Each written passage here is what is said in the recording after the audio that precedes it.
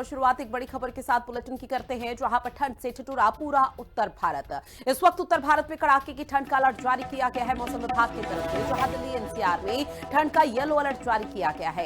अगले 10 दिनों तक कोई राहत नहीं मिलने वाली है, आईएमडी की तरफ से कहा गया है, जहां लोगों को कई तरह की परेशानियों का सामना इस वक्त करना पड़ रहा है। तो बड़ी खबर, जो हालात का सहारा लिया जा रहा है, लोग घरों से बाहर निकलने में डर रहे हैं और इसमें कोशिश यही की जा रही है कि अगर बहुत ज्यादा जरूरी काम है तभी घर से बाहर निकल रहे हैं, क्योंकि उत्तर भारत में आने वाले समय में और भी प्रचंड ठंड पड़ने वाली है, जिसको लेकर मौसम विभाग की तरफ से पहले से ही आगाह कर दिया गया है। उसी को लेकर प्रशासन भी धरातल पर पूरी तरह से अलर्ट मोड पर है। जगह जगह पर अलाव की व्यवस्था की जा रही है। इसके साथ ही रैन बसेरों में भी तमाम व्यवस्थाएं सुनिश्चित की जा रही है। बहुत है, कोहरा बहुत है, ग्राहक ना है भैया, ठंड में रह करते आदमी। हम आज यहीं गुलाबबाड़ी में रहते हैं, जा नहीं रहे हैं कहीं भी। तो कितनी ठंड है आज? आज इतनी ठंड है कि अब से पहले कभी इतनी पड़ी नहीं थी। कोहरा भी बहुत है, ठंड की वजह से हम ताप रहे हैं साहब, बहुत ठंड हो रही है। आज सर कल से भी ज्यादा है ठंड। आज तो कोहरा इतना है, बेइंतहा कोहरा है। आज तो पुल के पार का नहीं दिखाई दे रहा सर। जी सर, गाड़ी क्या चला रहे हैं, डीपर जला के चलाते हैं सर, हल्के हल्के चलाते रहते हैं 20-30 की स्पीड पे। बहुत ठंड है, ट्रैक्टर रोक कर ताप रहे हैं। कोहरा भी बहुत है, धोरा तक का दिखाई न दे रही। सर ठंड काफी है, कोहरा भी अभी आया है सर, धीरे धीरे चलानी पड़ रही है। बहुत ठंड है जी। कोहरा भी है? हाँ, कोहरा बहुत है। आज बहुत ठंड है और कोहरा भी बहुत ज्यादा है। गीले पत्ते जलाकर क्रेडें तोड़कर जलाई जा रही हैं। इस चक्कर में हवा भी बहुत तेज चल रही है, तो लोग रोड पर खड़ा होना बहुत मुश्किल है। चक्कर में क्रेड तोड़ के जलाई अमरूद की एक ठंड के चक्कर में। बहुत ठंड है, इसलिए मैं पेड़ के नीचे रुक गया हूँ, क्योंकि कोहरा बहुत है, कुछ दिखाई नहीं दे रहा, इसलिए बहुत आराम से जाऊँगा। थोड़ी कपकपी भी हो रही है काफ़ी, तो कोहरा बहुत है। आज बहुत कोहरा आ गया, इसलिए मैं अभी यहाँ थोड़ा रुका हुआ हूँ। कोहरे को लिए कहना चाह रहे हैं, तो 2-3 दिन से कोहरा काफ़ी ज़्यादा था, क्योंकि हम डेली यहाँ घूमने आते, टहलने आते हैं, और आज की डेट में कोहरा बहुत कम है। टाइम में अच्छे से देख सकते हैं, खुद काफ़ी हद तक दिखाई भी दे रहा है। तो देखिए उत्तर भारत में किस तरह से कड़ाके की ठंड पड़ रही है। लोगों का जनजीवन पूरी तरह से अस्त व्यस्त हो चुका है। कई तरह की परेशानी इस वक्त हो रही है, विशेषकर उन लोगों को जो सुबह सुबह घरों से बाहर निकलकर अपने काम पर या अपने दफ्तर जा रहे हैं। उन लोगों को सबसे ज्यादा परेशानी हो रही है, क्योंकि अगर बात की जाए अलग अलग जगहों की, तो कहीं पर कोहरे की जो मार है वो भी इस वक्त देखने को मिल रही है और विजिबिलिटी कोहरे की वजह से बेहद कम मापी जा रही है, जिसकी वजह से 4 व्हीलर या 2 व्हीलर को अपने वाहन की हेडलाइट यहां पर चलाकर आगे चलना पड़ रहा है, ताकि किसी भी तरह के कोई बड़ी अनहोनी या हादसा ना होने पाए। क्योंकि इस तरह का जो मौसम होता है, इस तरह के सर्दी का जो सितम होता है, उस दौरान हादसों को दावत दी जाती है और उसी को लेकर प्रशासन भी पूरी तरह से अलर्ट मोड पर है, ताकि किसी भी तरह की अव्यवस्था ना देखने को मिल पाए। और उसी को लेकर लगातार जगह जगह पर अलाव की व्यवस्था भी यहां पर की गई है, ताकि अपने आप को लोग बचा पाएं। और इसके साथ ही जो फुटपाथ पर सोते थे उनको भी हिदायत दी जा रही है और उनको सीधा रैन बसेरे में शिफ्ट किया जा रहा है, ताकि किसी तरह की कोई बड़ी परेशानी ना होने पाए और कोई बड़ी जनहानि इस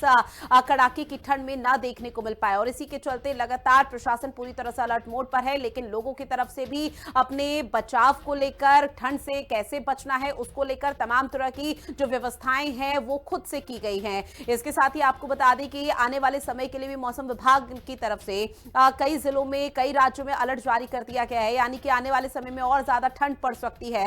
हालांकि जो ठंड इस वक्त पड़ रही है काफी देरी से आई है। जो ठंड इस वक्त हर कोई देख रहा है वो नवंबर दिसंबर से शुरुआत होनी थी और उसी की वजह से मौसम विभाग का ये कहना है कि पश्चिमी विक्षोभ में जो हवाएं हैं वो बहुत ज्यादा यहां पर ऐसे चल रही है, बहुत तेजी के साथ चल रही है, जिसकी वजह से उसका असर सीधा उत्तर भारत में देखने को मिल रहा है। और इसका एकमात्र कारण ये भी है कि पहाड़ी इलाकों में बर्फबारी हो रही है, बारिश हो रही है, जिसका असर सीधे तौर पर उत्तर भारत पर कड़ाके की ठंड के माध्यम से देखने को मिल रहा है और लोगों का जनजीवन पूरी तरह से अस्त व्यस्त हो चुका है। अब ऐसे में कोहरे से कैसे बचाव करना है वो भी जरा आप समझ लीजिए। गाड़ियों के बीच दूरी बनाकर रखें, जितना डिस्टेंस हो सके उतना डिस्टेंस यहां पर मेंटेन किया जाए।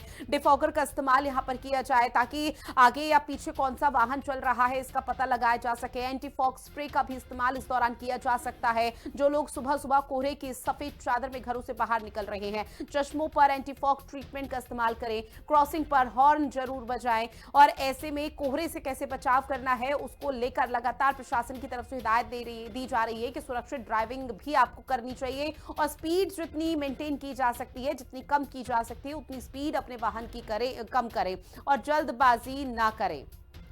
समीक्षा चौधरी मेरी सहयोगी दिल्ली से लाइव बनी हुई है, महेंद्र माही नोएडा से, अरुण पांचाल गाजियाबाद से हमारे साथ जुड़े हुए हैं। सबसे पहले समीक्षा आप ही के पास आते हुए, फिलहाल दिल्ली के क्या हालात हैं?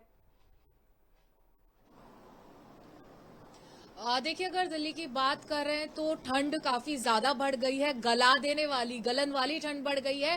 कोल्ड डे घोषित दिल्ली में कर दिया गया। इसके साथ ही मौसम विभाग ने येलो अलर्ट शीतलहर, कोहरे और ठंड के लिए जारी किया है। कोल्ड डे उस स्थिति को कहा जाता है जब टेम्परेचर 10 डिग्री से नीचे और 4 डिग्री से ज्यादा होता है, यानी कि 4 से 10 डिग्री के बीच हो, उसे कोल्ड डे की स्थिति कहा जाता है। तो वही दिल्ली में बनी हुई है। रैन बसेरों में सरकार अपील कर रही है लोगों की कि वहां जाकर के रहें, उनके लिए सुविधाएं की गई हैं। इसके साथ ही तमाम RWAs को और सोसाइटीज में हीटर्स बांटे गए हैं, क्योंकि प्रदूषण से भी अभी थोड़ी ही निजात दिल्ली को मिली है। ऐसे में आग जलाने पर लकड़ी से पूरी तरह से पाबंदी है, रोक है, लेकिन लोग ठिठुर रहे हैं। बहुत ज्यादा भीषण सर्दी इस वक्त पड़ रही है। रात के तापमान की बात करें तो 6 से 7 डिग्री के बीच बना हुआ है, वहीं दिन का न्यूनतम तापमान 15 से 16 डिग्री के बीच बना हुआ है। आने वाले दिनों में और सर्दी का सितम इसी तरह सताएगा, क्योंकि पहाड़ों पर बर्फबारी हो रही है। हिमाचल, उत्तराखंड,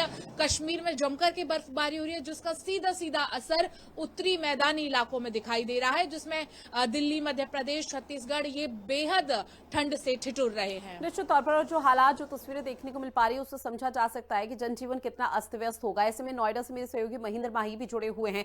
महेंद्र, चूंकि देखिए जो हाल दिल्ली का है वही नोएडा का है, क्योंकि दिल्ली से सटा हुआ नोएडा है, लेकिन इस बीच ये समझने की कोशिश रहेगी कि प्रशासन की तरफ से क्या कुछ हिदायत और किस तरह के कदम उठाए जा रहे हैं धरातल पर, ताकि जो आम जनमानस है, जो फुटपाथ पर रह रहे लोग हैं या रैन बसेरों में जो लोग यहाँ पर रह रहे हैं, वो इस ठंड से बच सके।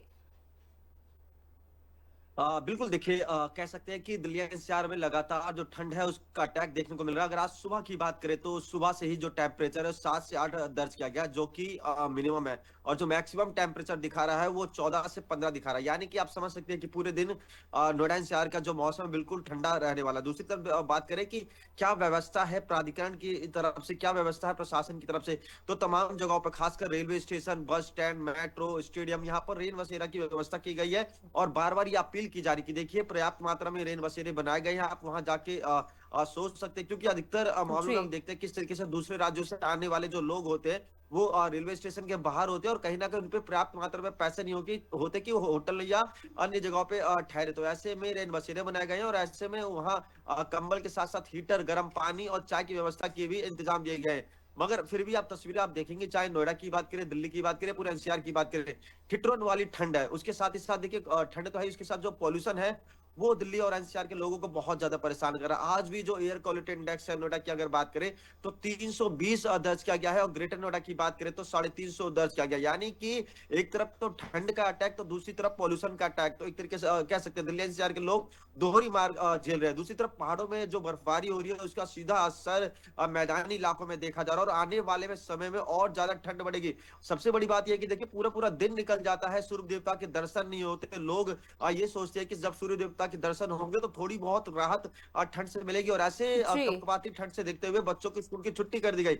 नर्सरी से लेकर 8वीं तक के सभी स्कूलों की 10 तारीख तक छुट्टी कर दी गई है, क्योंकि देखिए इससे पहले भी 5 तारीख तक की छुट्टी थी दिल्ली एनसीआर में। मगर जब देखा कि सुबह के वक्त कोहरा के साथ साथ जो ठंड है वो टेम्परेचर 7 तक पहुंच जा रहा है, तो ऐसे में सबसे ज्यादा जो टॉर्चर होते हैं मासूम बच्चे होते हैं। जिला अस्पताल के डॉक्टरों का भी साफ तौर पर कहना है कि देखिए ऐसे ठंड में आप अपने आप को, बच्चों को और बड़े बुजुर्गों को बचाने की जरूरत है, क्योंकि जो ठंड है काफी बीमार कर सकती है, खासकर छोटे बच्चों को, प्रेग्नेंट महिलाओं को, बड़े बुजुर्गों को। अगर आप घर से बाहर निकले तो दस्ताने जरूर पहने और कैप जरूर लगाए। कोशिश करें कि जो गर्म पदार्थ यानी कि चाय है, कॉफी है, ये टाइम टू टाइम लेते रहे, क्योंकि देखिए इस समय ही जो ठंड का प्रकोप है वो सबसे ज्यादा बुजुर्गों, बच्चों और जो महिलाएं होती है उन पे असर करता है। सुबह के समय कोशिश करें कि अभी पार्क ना जाए, क्योंकि जो टेम्परेचर सुबह के वक्त होता है वो 60 बिल्कुल, और न सिर्फ देखिए टेम्परेचर बल्कि दिल्ली एनसीआर का अगर जिक्र करते हैं तो कोहरे के साथ साथ प्रदूषण भी यहाँ पर अभी अपनी चरम स्थिति पर पहुंचा हुआ है, जिसकी वजह से कई तरह की हानिकारक बीमारियां हो सकती हैं। ऐसे में अरुण पांचाल आपके पास आते हुए, चूंकि देखिए जो लोग घर से अपने बाहर निकल रहे हैं उनको सिर्फ समझाया जा सकता है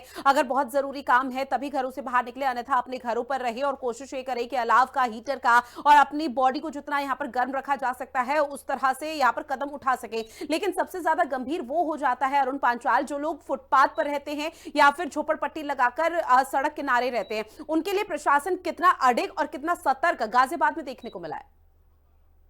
देखिए बिल्कुल ऋतु, अगर हम गाजियाबाद की बात करें तो गाजियाबाद के अंदर देखिए जो फुटपाथ पर जो लोग सो रहे हैं उनके लिए प्रशासन के द्वारा रैन बसेरे की व्यवस्था की गई है। खासतौर पर जो रेहड़ी पटरी वाले लोग हैं, क्योंकि इस समय की अगर हम बात करें, देखिए जनवरी का महीना चल रहा है और ऐसे में जो ठंड का प्रकोप है वो लगातार बढ़ता ही जा रहा है और शाम के समय जो ठंड है वो धीरे धीरे बढ़ती जा रही है। और अगर कोहरे की बात करें तो देखिए कोहरा भी बढ़ता जा, हालांकि अगर अभी सुबह की बात करें तो देखिए सुबह के समय अभी कोहरा तो नजर नहीं आ रहा है, लेकिन अभी फिलहाल की स्थिति की बात करें तो ठंडी ठंडी हवाएं चल रही है, जो खासतौर पर जो बड़े बुजुर्ग हैं और जो छोटे बच्चे हैं उनको कहीं ना कहीं दिक्कत परेशानी का सामना भी करना पड़ रहा है। हमारे साथ में एक भाई है, ये ड्यूटी जा रहे थे, इनसे पूछ लेते एक बार। भैया देखो आ जाइए, क्या नाम है आपका?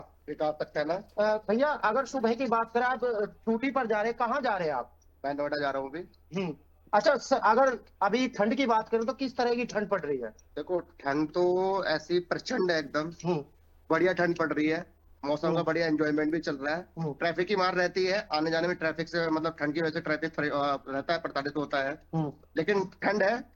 मैं ये कहना चाहूंगा, ठंड जाता है तो 2-4 कपड़ों की लेयर पहने जिससे परेशानी ना हो, अपने आप को बचाव रखे, ठीक है।